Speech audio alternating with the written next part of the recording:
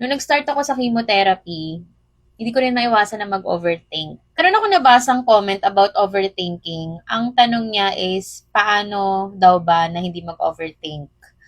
Hindi ko na mahanap yung nag-comment na yon at kung saang video siya nag-comment. Pero, let's talk about it. For me, hindi siya kayang iwasan, pero kaya siyang i-manage through distraction. Like, i-distract mo yung sarili mo kapag masyado ka nang nag-overthink is makinig ka ng worship songs, mag-light exercise ka, o kaya manood ka ng mga funny videos, mag-walking, just shift your mind sa ibang bagay. Natutunan ko kasi mga sis na hindi naman talaga natin control ang buhay. Nung nag-start ako sa chemotherapy, hindi ko rin maiwasan na mag-overthink. Kasi nga, yung alam natin sa chemotherapy is puro mga negative.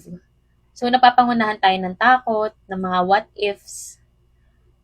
Pero, nung sinurrender ko na kasi kay Lord talaga lahat, ng worries ko, ng takot ko, mas gumaan siya eh. Sa totoo lang, mas gumaan yung journey ko. Mga sis, ito yung bagong challenge ko. Kasi 'di ba tapos ko na yung three major treatment, nasa hormonal therapy na ako. And mas nakakapraning siya actually kasi mapapaisip ka eh, lalo na kapag may masakit sa kahit sa parte ng katawan mo, parang isipin mo, oh, kumalat ba siya? Or masakit yung ganito ko, baka may, alam mo yun, baka nag-spread na siya, mga ganong worries. Pero naisip ko din na, what if OA lang ako?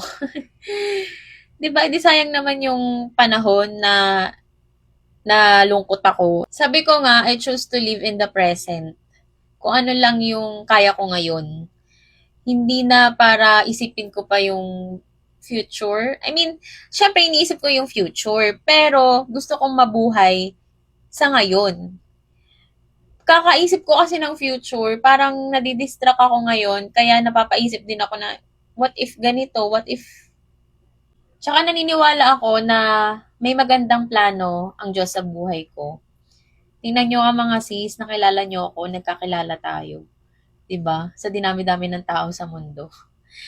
And hindi ko rin ine-expect na meron akong may inspire na mga babae, especially, na kagaya ko rin ng situation. So, may purpose pa. May purpose ka pa. Kaya, you just have to keep going, keep fighting, keep trusting. Yun na lang ang isipin mo. Yung ngayon, mabuhay ka sa ngayon. Mabuhay ka sa kung anong kaya mo ngayon. Kasi, tomorrow, hindi mo nasagot yun. Sagot na ni Lord yun.